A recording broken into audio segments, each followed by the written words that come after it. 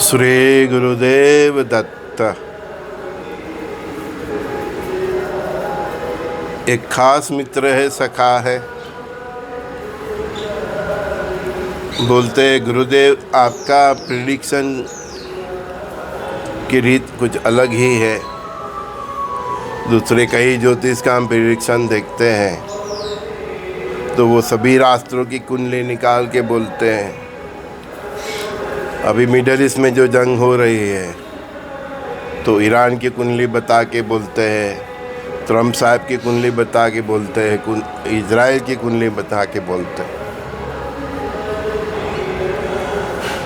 सबका अपना अपना ज्ञान है, सबका अपना अपना तरीका है।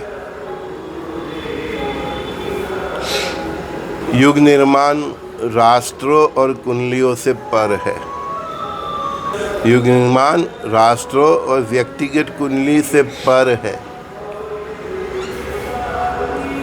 900 करोड़ में से 800 करोड़ के ऊपर चले जाएंगे तो क्या सबकी कुंडली खराब है? सीधा ही बोल रहा हूँ। 900 करोड़ की आबादी है, उसमें से 800 करोड़ के ऊपर चले जाएंगे तो क्या सबकी कुंडली खराब है? ये आकाशवाणी क्या ये 800 करोड़ की कुंडली देख के बताई गई है? सभी राष्ट्रों की कुंडली देख के बताई गई है। युग निर्माण की जो प्रोसेस होती है वो राष्ट्रों और व्यक्तिगत कुंडलियों से पर होता है। युग निर्माण को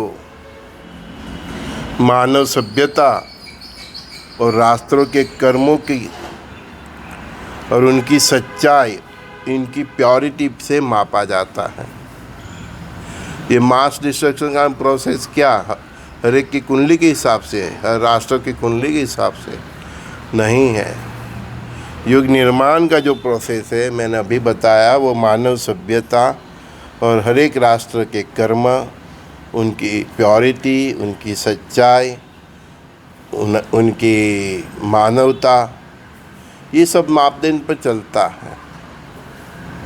जिसके पास ब्रह्मांड का सत्य होगा, इंसानियत होगी, करुणा होगा, दया होगी, सखा भाव होगा, परस्पर देवों का भाव होगा, वसुदेव कुटुंबकम का भाव होगा, वही मानव सभ्यता आगे नवयुग देखेगी। इवन सनातनी हिंदू, मैंने बोला है ना कि हम आधे अधूरे हिंदू सनातनी हैं, तो उनको भी यही नियम लागू पड़ता है। तो आप सनातनी हो तो दूध के दोयले हो ऐसा मत समझो। ब्रह्मांड का सत्य पूरी मानव सभ्यता को लागू पड़ता है। तो यहाँ कुंडली नहीं, व्यक्तिगत और राष्ट्रों के कर्म इम्पोर्टेंट है।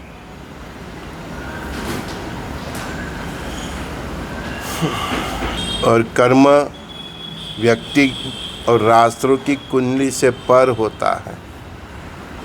कर्म विवेक से किया जाता है और विवेकहीन भी किया जाता है। तो उस प्रकार के कर्मों के ऊपर आगे हर राष्ट्र की, हर व्यक्ति की गति होने वाली है।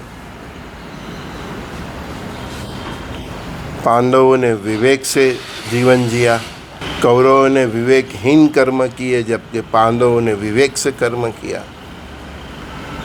सत्य था, धर्म था, धर्म और अधर्म की परख थी, नारी का सम्मान था, बुजुर्गों का आदर था। तो ये सब क्वालिटी के कारण पांडव तर गए। तो पूरी मानव सभ्यता और सब राष्ट्रों का यही सब मापदंड होगा। दूसरा, जिन राष्ट्रों ने 1500 साल भारत के ऊपर, भारत सनातन की धरोहर है, तो सनातन धर्म उसको ख़त्म करने के लिए जो कुछ भी खेल उन्होंने खेले तो उनके भुगतने का समय इसीलिए आ गया, क्योंकि वो सब विवेकहीन कर्म किए। चाहे वो ईसाई धर्म के हो, ईस्ट इंडिया कंपनी थ्रू, चाहे वो इस्लाम धर्म के हो, चाहे वो मिडल ईस्ट के आतंका हो, तो सबको अपने अपने कर्म के हिसाब से दंड भुगतना पड़ता है। उसमें व्यक्तिगत कुंडली और राष्ट्र की कुंडली इम्पोर्टेंट नहीं होती है। कई ज्योतिष भारत की कुंडली भी निकालते हैं। आप भारत की क्या कुंडली निकालोगे? जब से सनातन धर्म है तब से भारत है। ब्रह्मांड का सत्य ही सनातन है। जो ब्रह्मांड का सत्य है उसकी जो सबसे ज़्यादा जो क्षेत्र में वो ब्रह्मांड के सत्य के साथ जिया जाता है उसको भारत कहते हैं। हिंद महासागर के पास रहता है तो इसको हिंदुस्तान कहते हैं। लेकिन सभी हिंदुस्तानी और सनातनी नहीं है।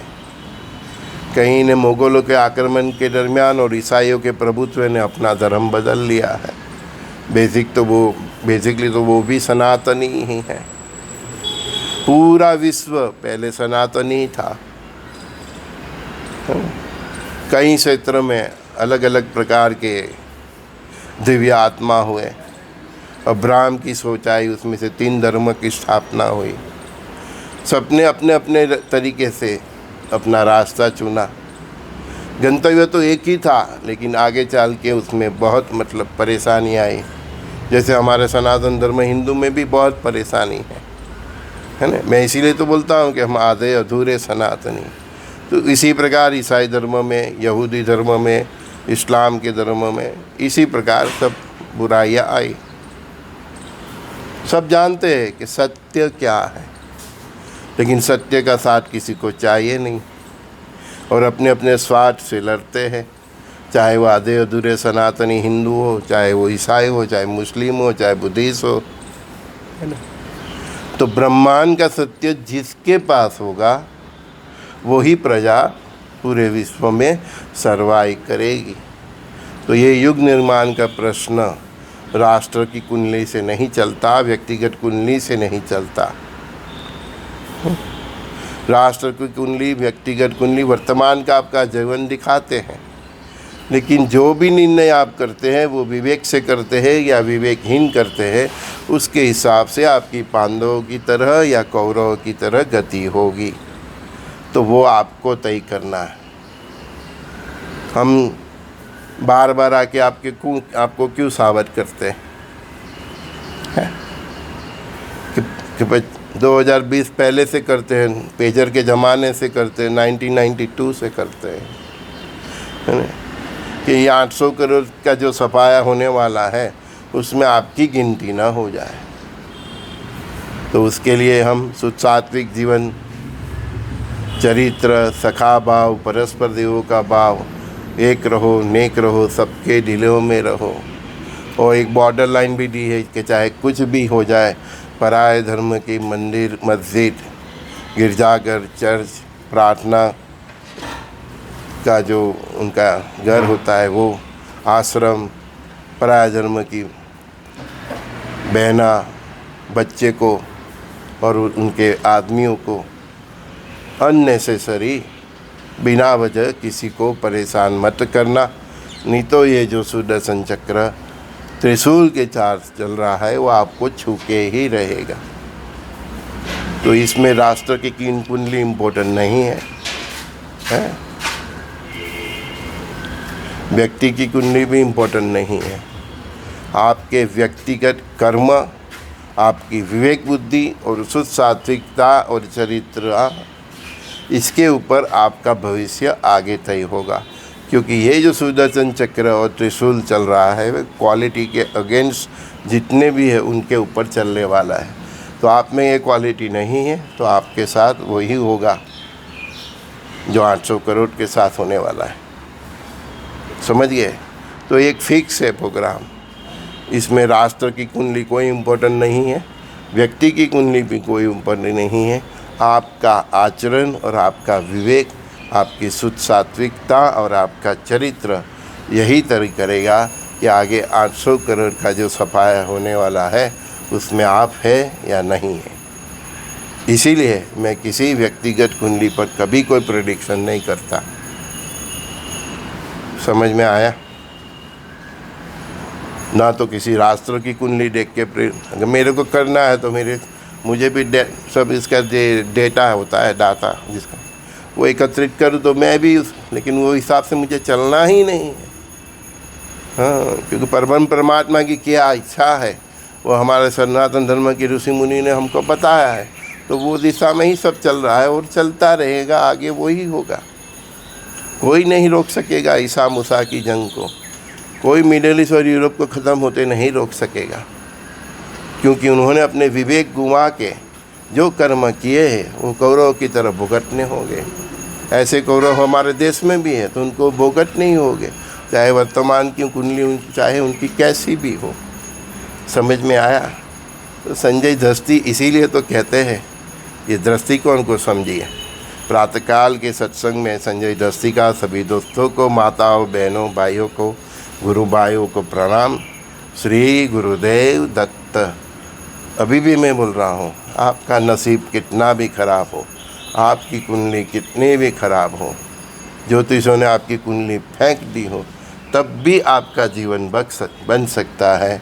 हमारे जैसे गुरु के पास आप जाओगे तो कुंडलियों से पर उठिए, अपनी विवेक बुद्धि को जागरूक कीजिए, शुद्ध सात्विकता जिए, चरित्र संभाल के जिए। भगवान की कृपा से आपकी कुंडली बदल ही जाएगी। समझ में आया? श्री गुरुदेव दत्त।